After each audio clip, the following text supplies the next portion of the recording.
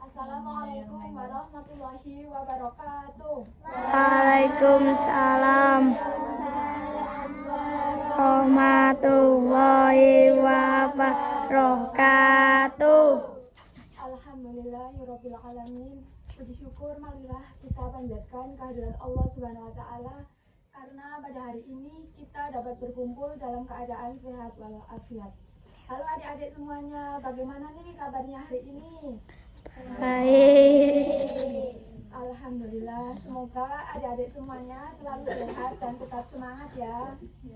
Nah, sebelum aku mulai, aku mau tanya nih di sini, siapa yang tadi sebelum berangkat mengaji sudah salim kepada ayah dan ibu? Coba angkat tangan. Aku. Nah, bagus, hebat sekali. Sekarang aku mau tanya nih, siapa di sini yang ingin disayang oleh Allah Subhanahu wa taala? Coba angkat tangan. Masya Allah, semuanya ingin. Nah, pada kesempatan hari ini kita belajar bersama-sama ya mengenai bagaimana menjadi anak soleh dan solehah sejak dini. Nah, apa itu anak soleh dan solehah? Siapa di sini yang tahu apa itu anak soleh dan solehah? Coba angkat tangan. Nggak ada yang tahu? Nggak tahu? Nah, anak soleh dan solehah adalah anak yang selalu berusaha melakukan atau berbuat baik dan menjauhi perbuatan yang tidak baik. Menjadi anak yang soleh dan solehah bukan berarti harus sempurna, karena semua orang pasti pernah melakukan kesalahan. Tapi anak soleh dan solehah selalu berusaha memperbaiki diri dan menjadi lebih baik ke depannya. Nah, kita bisa memulai hal-hal tersebut dari kebiasaan-kebiasaan sederhana. Nah, ada beberapa hal yang dapat kita lakukan agar menjadi anak soleh dan solehah. Yang pertama yaitu rajin beribadah. Apa ada yang pertama? Rajin beribadah. Betul. Hal pertama yang harus dimiliki oleh anak soleh dan solehah adalah rajin beribadah. Sebagai seorang muslim, kita memiliki kewajiban untuk melaksanakan sholat 5 waktu. Kita dapat melakukan kewajiban sholat 5 waktu, yaitu apa? Subuh, zuhur, asar, maghrib, dan isya. Nah, beribadah tidak hanya sebagai kewajiban saja, tetapi alat untuk berkomunikasi dan mendekatkan diri kita kepada Allah Subhanahu wa taala. Selain beribadah, kita juga dapat berdoa dalam berbagai kegiatan. Misalnya doa sebelum makan, doa sebelum tidur, doa sebelum belajar, dan doa akan berpergian. Nah, adik-adik semuanya, aku mau tanya nih di sini, siapa tadi yang sudah sholat asar? Kamu tidak sholat asar. Nah, semoga adik-adik semuanya selalu rajin beribadah dan taat beribadah.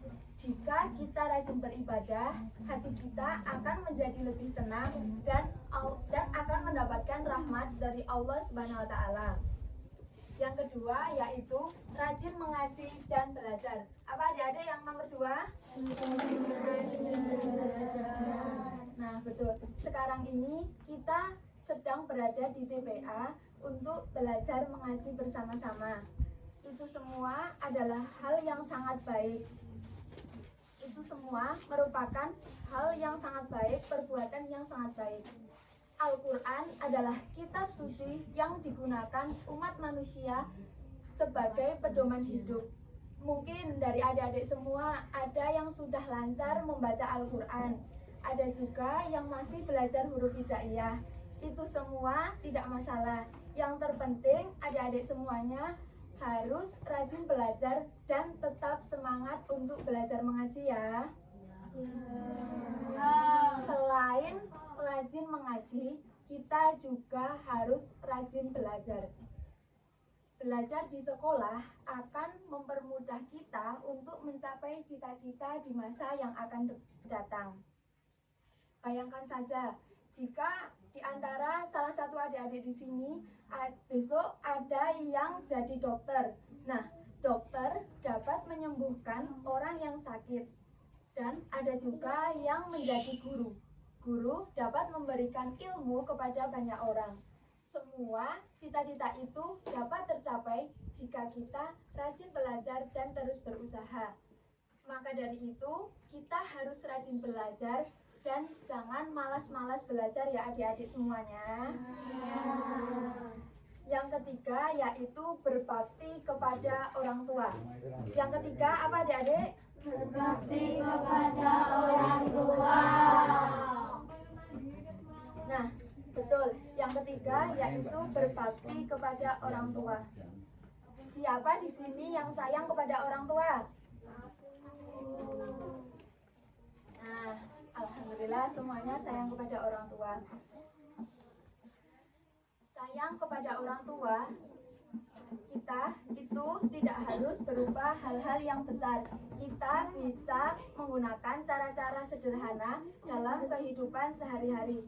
Nah, siapa di sini yang tahu bagaimana cara kita untuk menghormati orang tua? Coba angkat tangan. Apa Mbak Naura?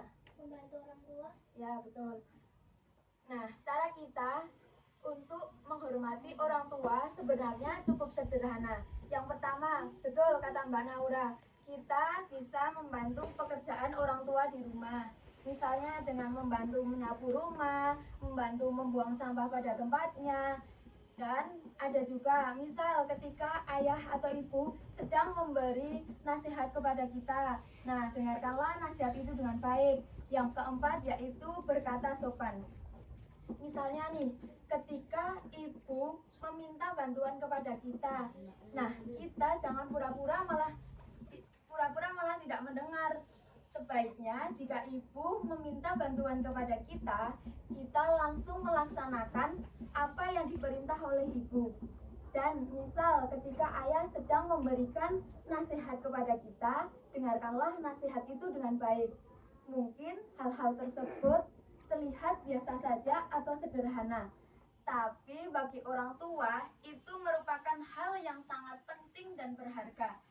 Bayangkan saja betapa bahagianya orang tua ketika memiliki anak yang sopan, anak yang suka menolong, dan anak yang suka membantu sesama lain. Yang keempat yaitu menghormati guru dan menyayangi teman. Apa yang keempat, teman-teman? Menghormati guru dan menyayangi teman. Nah, betul. Selain menghormati orang tua, kita juga harus menghormati guru.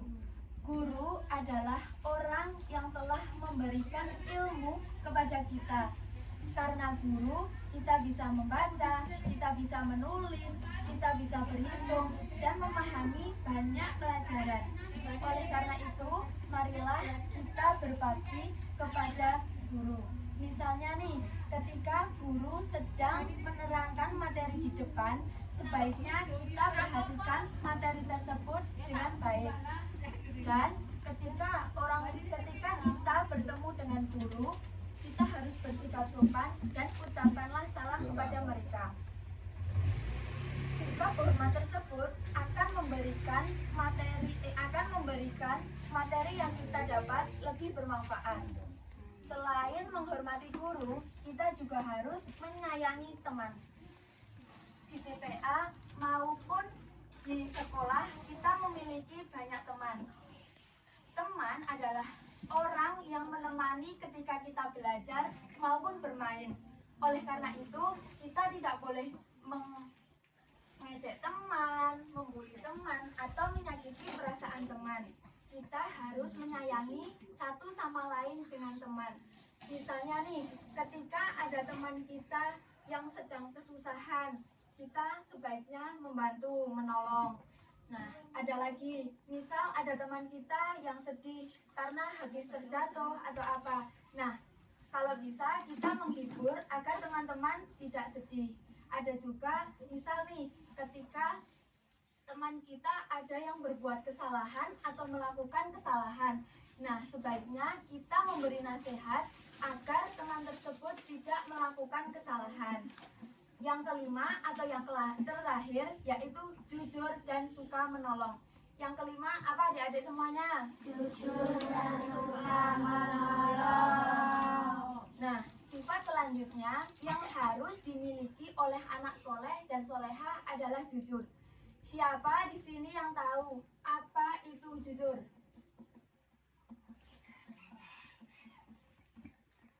Gak ada yang tahu? Nah, jujur adalah berkata apa adanya sesuai dengan fakta atau kenyataan dan tidak berbohong. Mungkin ada anak yang lebih memilih untuk berbohong karena takut dimarahi oleh orang tuanya. Padahal bohong malah akan menambah masalah baru. Tapi jika kita berkata jujur, orang lain akan lebih percaya. Nabi Muhammad SAW dikenal sebagai orang yang sangat jujur sehingga mendapatkan gelar Al-Amin yang artinya dapat dipercaya. Oleh karena itu, marilah mulai dari sekarang kita membiasakan berkata jujur dalam setiap keadaan apapun. Yang selanjutnya yaitu suka menolong. Suka menolong tidak harus berupa hal-hal yang besar. Kita bisa memulainya dari kebiasaan-kebiasaan sederhana. Contohnya nih, menolong mengambil buku teman yang terjatuh, menolong membawa belanjaan ibu, ataupun menjaga kebersihan lingkungan.